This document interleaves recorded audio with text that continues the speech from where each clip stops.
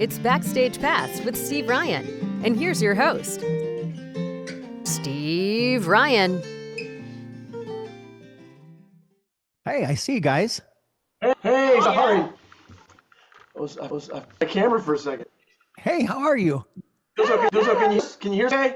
Yeah, I can hear you. I can see you. It looks great. We're here. Yeah. Focus for a second. Go back, focus. It'll come. There it is. I'm so happy to see you guys. It's such an honor to be here. What a great morning already I'm having. Yeah, thank you for giving me a little bit of time. I've got so much I want to talk to you about. I don't know that we're going to make it all, but we're going to try. Let's jump in. Let's get it. Let's get it. I can't wait. Hey, I just real quick, Amanda, I just wanted to tell you how much, even to this day, I love your mother's music. Oh, thank you. She was such a gift to the world, and I don't want to forget to tell you how much I admire her work, and she was such a beautiful person, and so I just wanted to tell you that. Oh, thank you so much. I agree with all of your statements. Yeah, I wanted to talk about the new album because I love it, and you know, when the war is over, Alchemy is a great song, and tell me about that song. I mean, it's the hit right now. So tell me where that came from.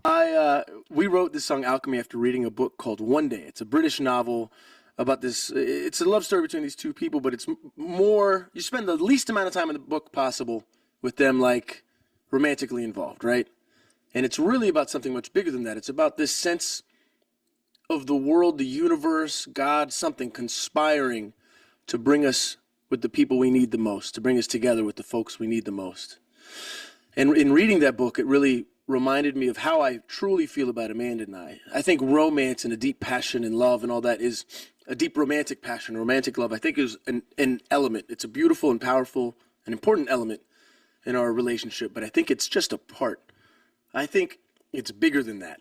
I think we magnify romance so much that sometimes we lose out on a greater magic. And in the song Alchemy, we tried to put into words that sense that, is it really beautiful that we breathe air?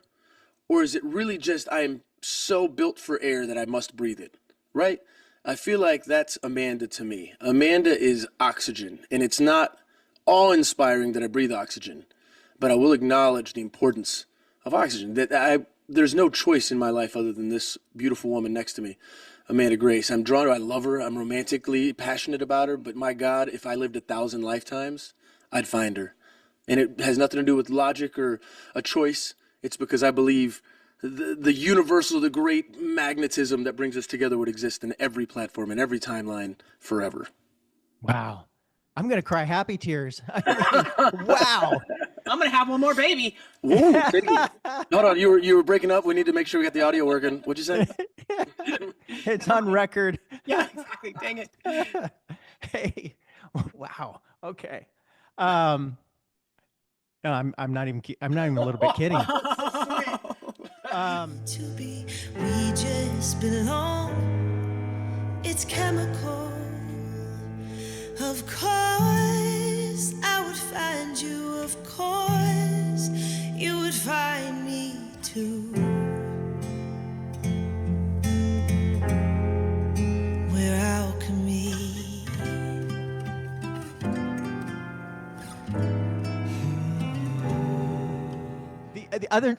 Another song that I love on that album, Monte Carlo, is I think that song is just has such a great groove. It does. It does. Our dear friend Britton Newbill wrote that song.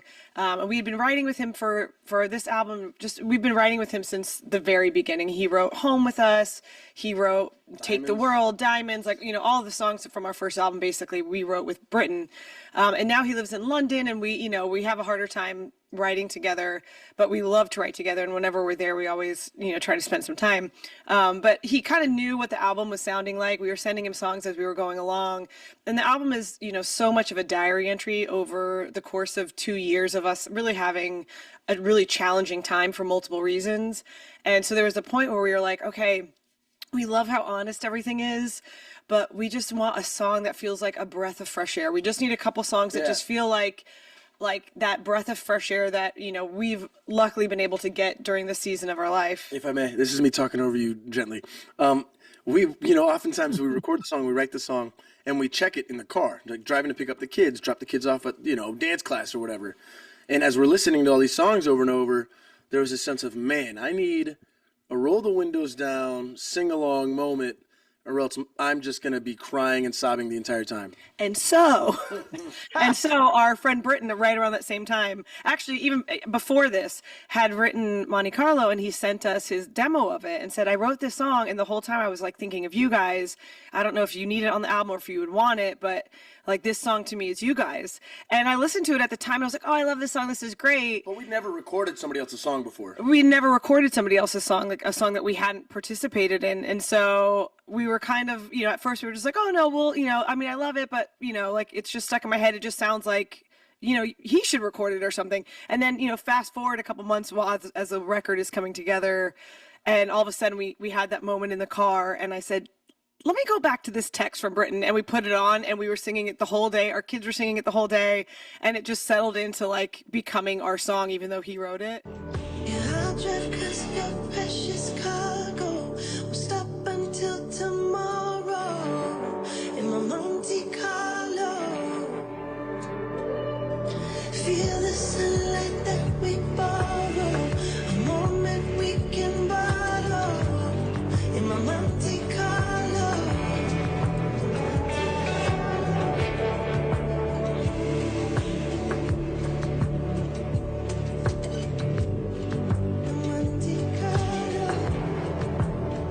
Which was a really fun experience for us. And, he's written in the last year, one of our favorite albums is Olivia Dean.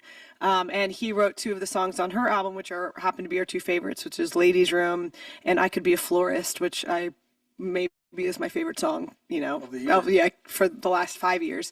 And so it's just really awesome that it was kind of like a full circle moment of like Britton. The first song that we wrote that the first song that we recorded that somebody else fully wrote was Britton. That makes sense. Oh, yeah. Hey, you guys met in church, I read. So we sort of met in church. We wouldn't have met without church. Yeah, we saw each other at church, and we had different experiences upon first seeing each other. I saw him and thought, he's cute. He looks like he could be my brother, which is a weird statement back to back, two weird statements. But he was with, a group of girls and, this kind of crew of people that I knew, but I also knew, well, if he likes them, he's not going to like me. Like, this is a different vibe. I'm like crawling out of bed, going to church with my parents. I'm in college, like, barely throwing jeans on, barely brushing my teeth. And he was with like, the girls that can't come to church ready, and I was like, ooh, if that's his vibe, like he is not going to be into me. So I had seen him and just thought he's probably a player. I don't know. He saw me. And I was sitting next to a girl that I was dating at the time who had told me. Shows you what I was working with. Yeah. And I saw Amanda stand up to leave church as church was letting out. And I said to myself, that's the girl I'm going to marry. The only problem was I was sitting next to the girl I was dating, and I said it out loud to myself. That's the girl I'm going to marry. I quite literally got dumped right then. And that was my last breakup ever. For whatever reason, it was just one of those cosmic moments where it was like, okay, I saw a glimpse of, I didn't even know her, but it's just like seeing somebody, which I think brings me back to Alchemy. Like there was something bigger happening. It changed my life. And that's not hyperbole. It changed my life. I went from being a player to I literally was not dating, was celibate for 4 years. Didn't go on a date, didn't hold a hand, didn't kiss anybody because something happened to me that day. Was like, okay, if like attracts like, I can tell from across a building I'm not on her level. And I'm still not on her level 20 years later. But I need to be, if I want something that magnificent in my life, I need to be a little more conscious of the person I'm becoming daily. And I literally stopped dating for 4 years, and I met her 4 years later. I didn't meet her until 4 years after the first sighting of her at church. And a roommate of mine was friends with her. We were at a coffee shop in Nashville, and I saw her, and I turned around. She was in front of me. She was saying hi to my roommate. My roommate introduced us, and my first words to her were, I've been waiting to meet you for so long. Can I sit with you and have coffee? And that was the beginning of the rest of the story. Did you think that was met at a coffee shop, but it was because of church. Did you think that was a line, just a line? No, because I remember the 4 years before seeing him at church. I remember him like kind of walking my way, and I thought, is he going to come talk to me? But again, I had already made up my mind, and he was, to be fair, a player at that time. So I kind of saw him and just was like, I don't even want to engage. And so I kind of just like turned around and walked away from him. And I kind of avoided him for like 4 years. Like I would see him in the room and I'd be like, I'm going to go out, because I clearly was attracted to him and I liked him, but I just had that instinct of like, this isn't for me right now. And so when he turned around and said that, I was kind of like, okay, here we go. It's all beginning. And then, but at the time, strangely enough, I was dating somebody. And so I took all my excitement for him out on my friends who were single and was texting them going, I met this guy. I used to think he was a douchebag. He's not. He's actually really sweet. I just had coffee with him, like, just spontaneously had coffee with him at a coffee shop, and like, one of you should date him. And luckily that didn't work out. And a couple months later I was single and ready to mingle. Hey, yo! And here we are. Wow. A mortgage, 3 kids, Yeah. a dog later. In a career. And a career, yeah. Oh yeah. Your faith is very important to you guys, isn't it? 100%. Yeah. I was explaining to somebody the other day, I was like, and I'll say this, I was raised Christian. We consider ourselves Christians. In this kind of political climate in America, saying you're a Christian is saying a lot more than what I intend to say. You know what I mean?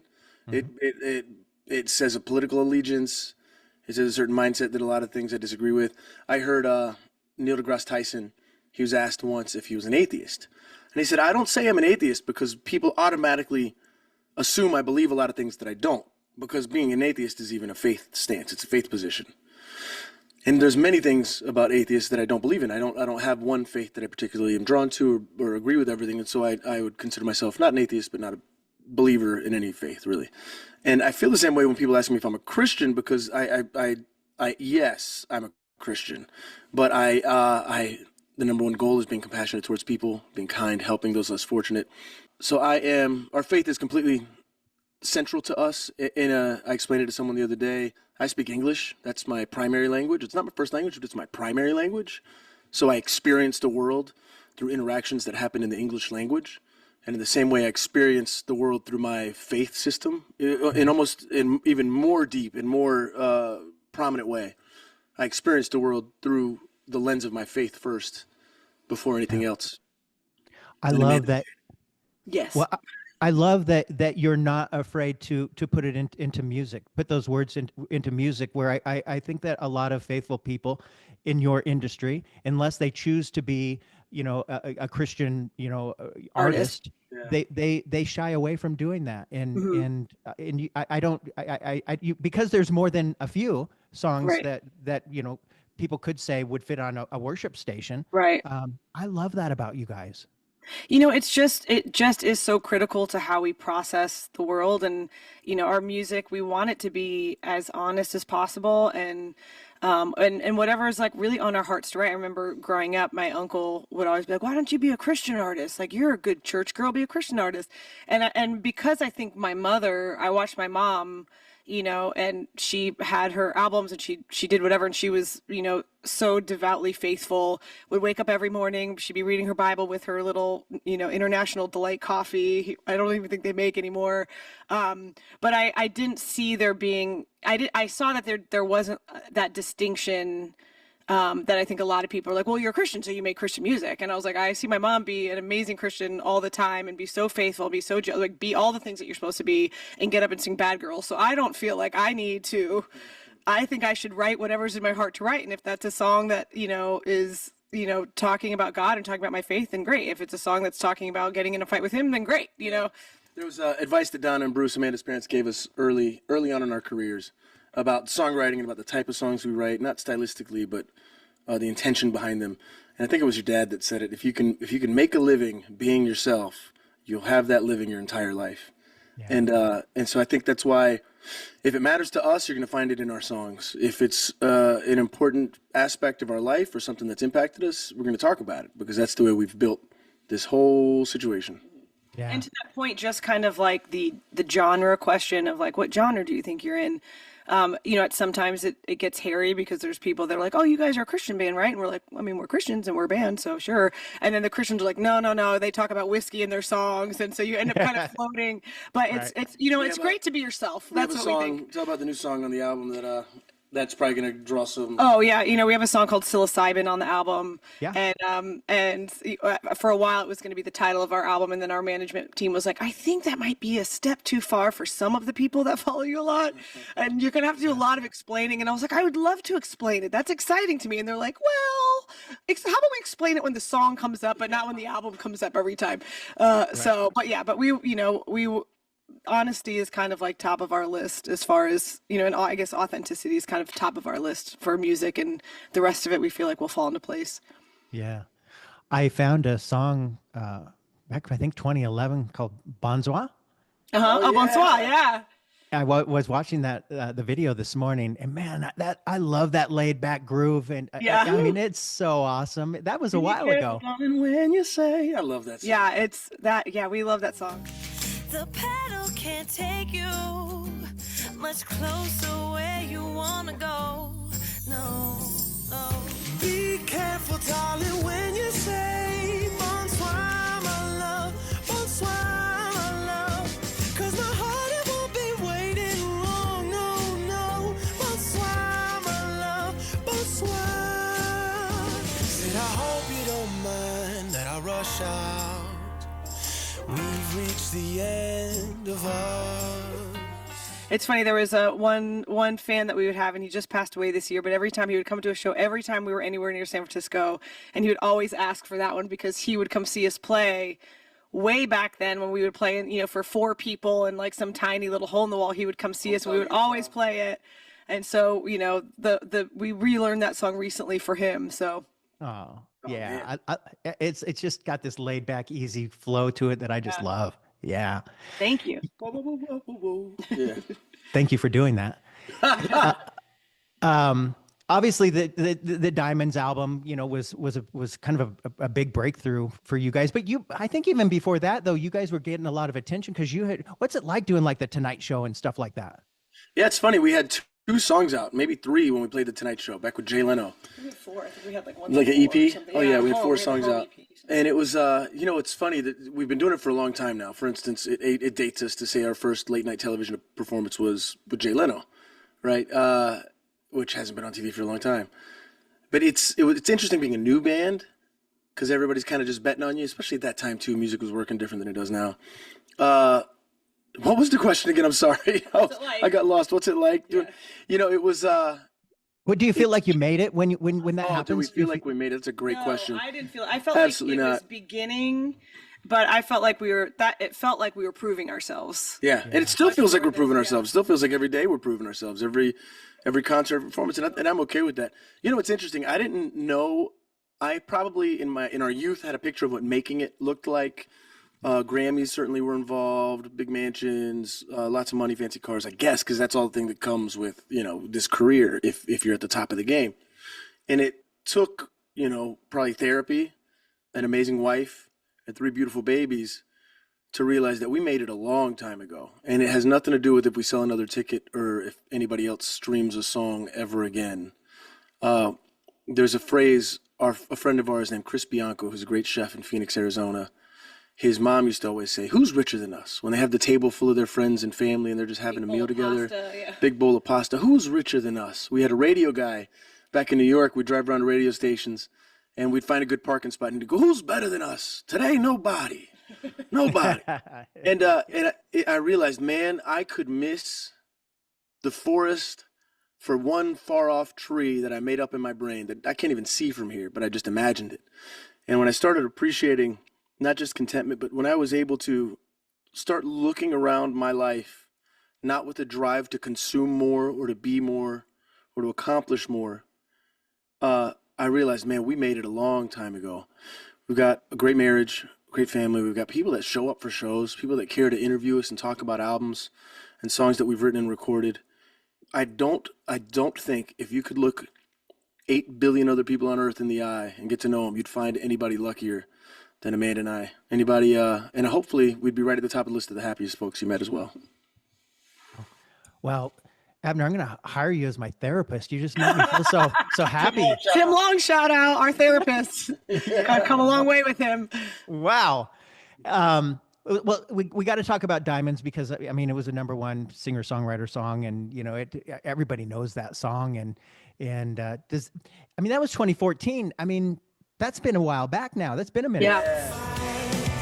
From the sun with a light when the day is done. We are brave, the chosen ones. With the diamonds, rising up out the diamonds. Rising up out the diamonds. Rising up out the diamonds. Rising up out the diamonds. That song too, that was really, you know, speaking of like feeling like we made it, you know, at that time, you know, I think at that time we had been on, you know, Leno already. We had already been kind of like touring a lot and doing whatever. And so we were working on the album. And still when we would go, you know, home to visit Abner's family, there'd always be like the one like family friend that'd be like, so you're still doing that little music thing? So when are you going to quit and get a real job? And it would just annoy us so bad. You know, we'd be like, why can't you just be encouraging? You know, like we don't, you know, it's hard enough to be out here like being vulnerable and trying for something that you really want to do than to have like somebody who's like, so when are you going to quit? You're not that good, you know, is ultimately what he's saying. So the song Diamonds came out of like kind of a pep talk to ourselves. We had, you know, right before we wrote that song, we had been offered this record deal, and we were like, you know, back then especially, you know, more so than now, but back then it was like, oh, they want to give us all this stuff, and we're going to be able to make the album we want, we're going to be able to do what we want, we're going to be able to tour better, you know, all these things, these like dreams that we thought were coming true. And then when the actual like deal memo came in, it was like not worth signing. Like we were like, we'd rather just do it on our own. And it was such a bummer that out of that, with our friend Britton, we wrote Diamonds as like a sort of pep talk to ourselves, and also like a screw you to all you people who are, you know, telling us to go get a day job. With a fight from the sun, with a light when the day is done. We are brave, the chosen ones. With the diamonds, rising up out the diamonds. Rising up out the diamonds. Rising up out the diamonds. Rising up out the diamonds. Yeah, I think it's funny because, you know, you hear the song Diamonds and people are like, man, they're just writing. You hear songs that talk about a mountaintop or a breakthrough, and often you imagine they're written by folks who have experienced that breakthrough that they're singing about, when really we hadn't. We were hoping for one. We were, as Amanda was saying, we were encouraging ourselves. We were hoping that there was better days ahead of us. And so we wrote a song about it that we could sing to ourselves every day in order to keep our hopes up. And that's really what that song was. Yeah. Well, and then Chip and Joanna took home and put it as their theme song for Fixer Upper. Yeah, man, that was game changer for sure. What's funny is we had a hard. We'd like to thank them for this room that we're in. Yeah, we're in our studio right now that we built on Fixer Upper money. I'm just kidding, but they on attention that was I'm sure helped by Fixer Upper. Quit your talking, you're sideways walking. Time to find another path to take. Quit your whining, your bloodshot crying, faking like you're dying never pays. Just go home.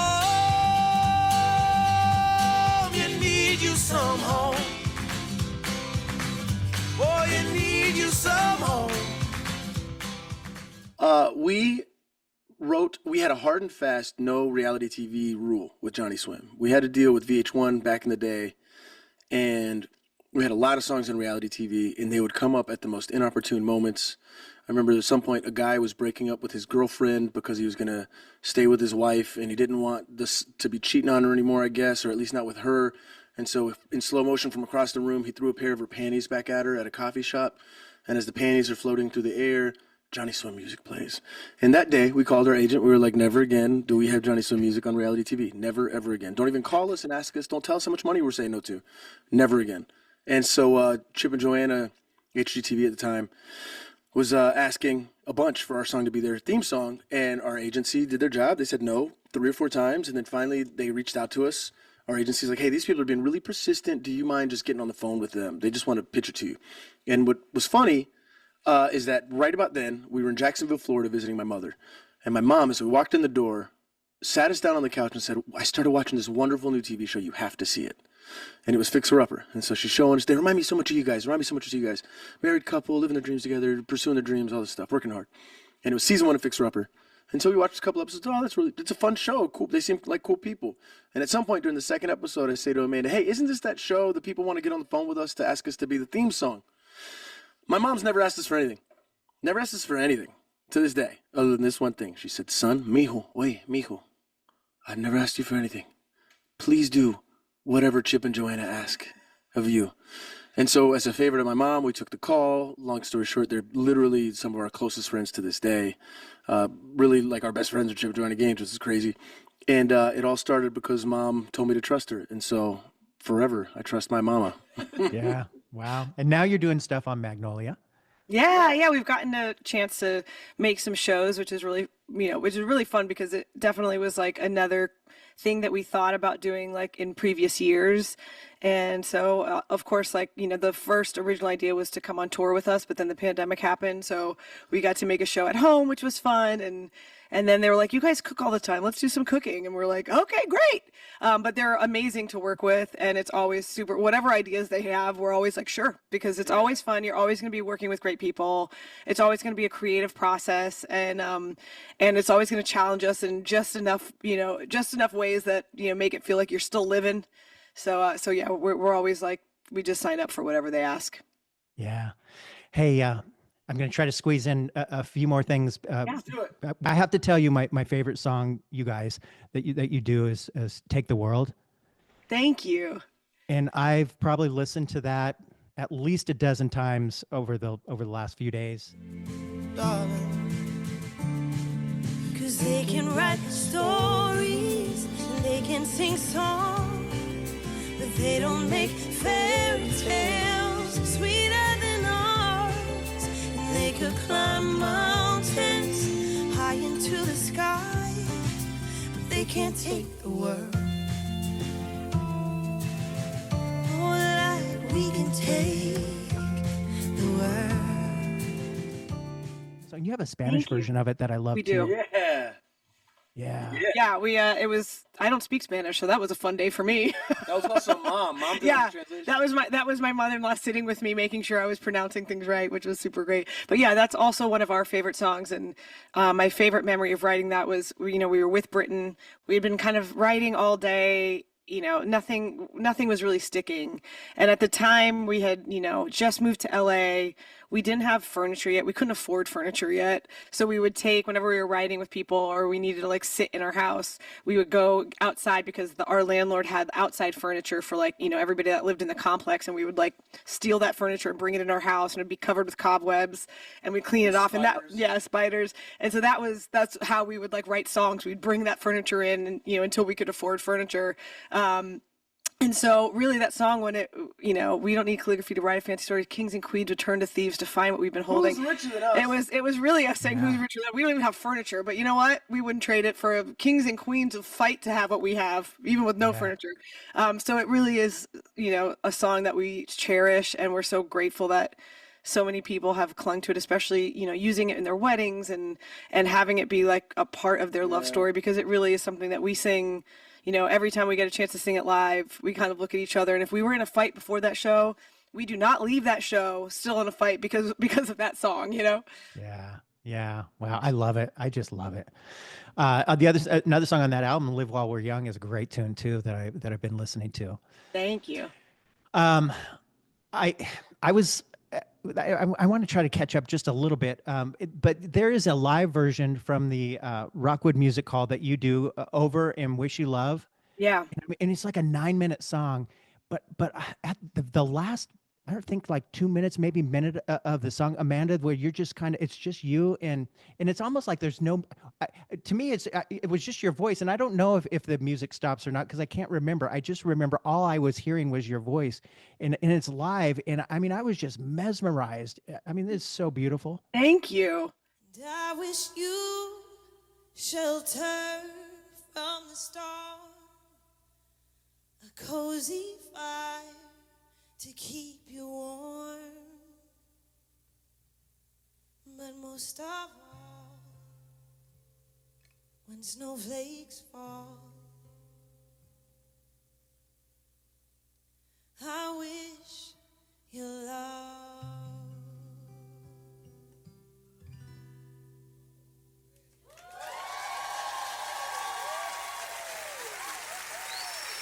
I don't know how, but I put a ring on it. What's funny is I remember that show mostly because I had to go breastfeed right after because we had a newborn, and I remember being like, yay, this is fun, this is my job, I'm so happy I get to do it, and then immediately like, I have to go feed the baby. Oh, yeah. But I'm so glad I haven't listened to that in a long time, so I'm glad it still is holding up. And that place doesn't exist anymore. Rockwood Music Hall doesn't exist anymore, so I'm glad we had that moment there as a big part of the beginning of our career in New York, and it's still a great fan base for us in the city, and has a lot to do with those nights at Rockwood Music Hall. I'll never forget the first time we played, there was probably 30 people in the room. Your mom was in the front row, and we played for tips. They didn't pay us to be there. They didn't charge tickets to be there, but you could get tips. And Madonna stood up in the front holding a bucket and said, "This is the tip jar. Make sure you give the kids good tips." And she took out a $100 bill and she said, "You see this? You see this? Do it too." And she walked around with the tip bucket. Furniture. Then you furniture, truly. And so she walked the tip bucket around Rockwood Music Hall. Our dear friend Ryan Booth, who we just made a movie with, which I forget about. We just acted in our first movie and executive produced a film called Stages that'll be out this year. And with Ryan Booth, and Ryan Booth was captured all the video live at the Rockwood Music Hall show, which was that's a moment in time that I'm really grateful for. Yeah. Another song I love. I wrote in my notes, Triple Love, Summertime Romance. Triple Love, yeah. You know, that song for us so we stopped playing it for a while because it felt like a seasonal song, right? You only play it at summertime. And it's gotten new life with us in our live show. I was at a Target in Cincinnati or something, near a venue. And I needed, I think, like chapstick, something ridiculous. And I'm in there like hour before we're on stage. And Kool and the Gang was playing at the Target, and it was Get Down on It. And I was like, man, this song's so good. Like, just a great song. How you going to do it if you really don't want it? Yeah, it is. Just good. So that night, we had Summertime Romance back in the set. And in the middle of it, I was like, ooh, I could sing Get Down on It over this. How you going to do it if you really don't want to dance over it? And it, was so much fun that we played it every show now for years, really because of Kool and the Gang. At a house or a hotel, so let's take our time on this road. Nowhere to be, just you and me. Need nothing, flowing the breeze with fancy.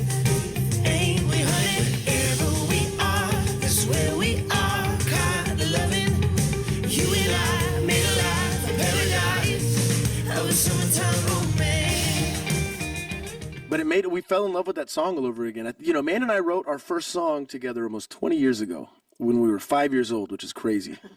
And so there's so many songs that you forget about, or that there's zero muscle memory involved in the song. Like, you could ask me to play one of our songs from some of the old records, even maybe some of the new ones, and I would have no idea how to play it. It's just not plugged in anymore.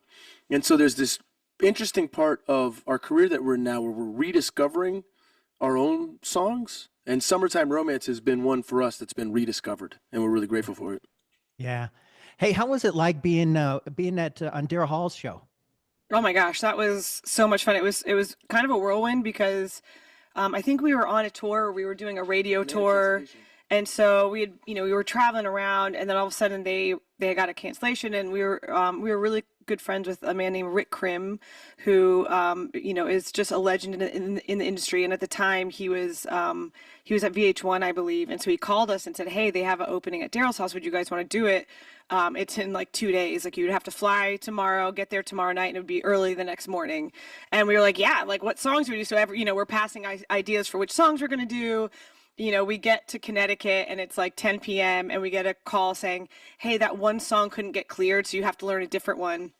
So we learned adult education. We didn't know it before, and like, "Could you guys do adult education?" We're like, "We can figure it out." Right. And we just had the best time. I mean, obviously, like, musically, you have the best time, and then really our favorite memory from that from that experience was after the cameras are, shut down and the microphones are off, when you actually sit around and all the musicians, everybody, Daryl, you're all around a big table eating the food together and, drinking the wine and just telling stories and hearing stories. It was great. To this day, we got a new drummer on our new tour that we start. We're touring spring, summer, and fall this year. And we have a new drummer, Dom, with us. And Dom, when we said yes, when Dom said yes to us and we got Dom on the team, he posted about the tour. Hey, I'm on the road with JohnnySwim this year, yada, yada. The top comment was to me, hey, Abner, and I forget his name, I'm the drummer that played with you guys at Daryl's house. And he's like literally one of the best drummers we've ever played with. He said, Dom's the man. Just know you got the right guy. You got whatever. So to this day, years and years later, it's still like in every kind of, it keeps showing up. We played The Tonight Show. We played Letterman. We played Good Morning America. We played Today Show. We've done, we're doing Kimmel in a couple weeks. We've done Kimmel before, all this stuff. The number one televised performance, and it was a streaming performance, not a network TV one. The number one performance that we've done that gets brought up to this day is live from Daryl's house. And in second place is not close. Yeah. Wow. You guys, I could go on and on. I know we're against the clock now. I hope we can do this again because I've only gone through about half of my notes. So maybe we could catch up again sometime. That'd be awesome. Part 2. Yeah. Thank you so much. I'm sorry about the. Give us one more. I like being late to the next thing. You want to do one more? Give us one final question. Okay, one final song that I wanted to bring up, "Touching Heaven," because we've talked about that stuff. Man, I love that song, and I was listening to it. I think it was last night, and when the choir comes in at the end, I mean, it's just like goosebumps. I just love that. And I looked on YouTube; it's like 2 million views. Hallelujah.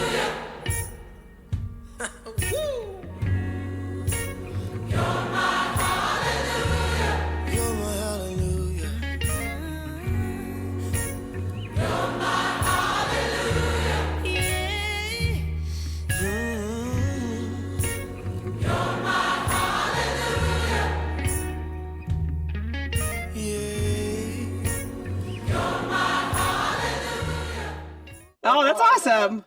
I don't know that.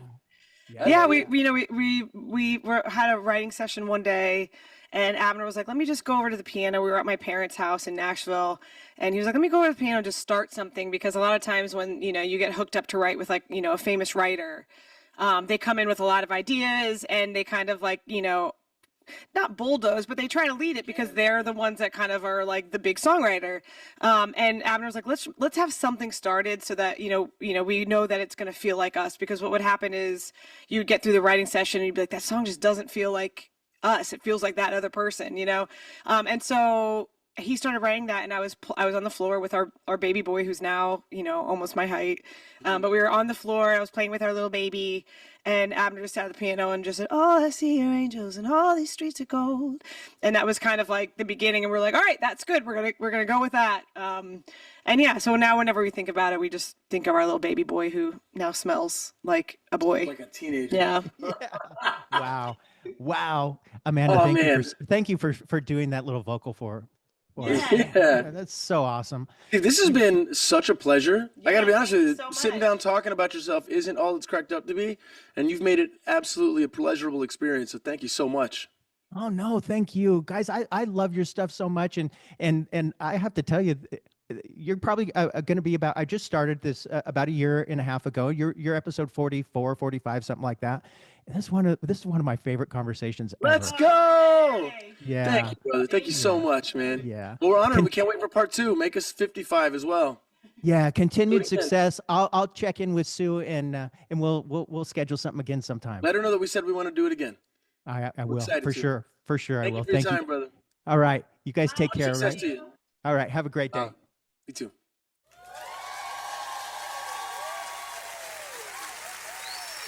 I don't know how, but I put a ring on it.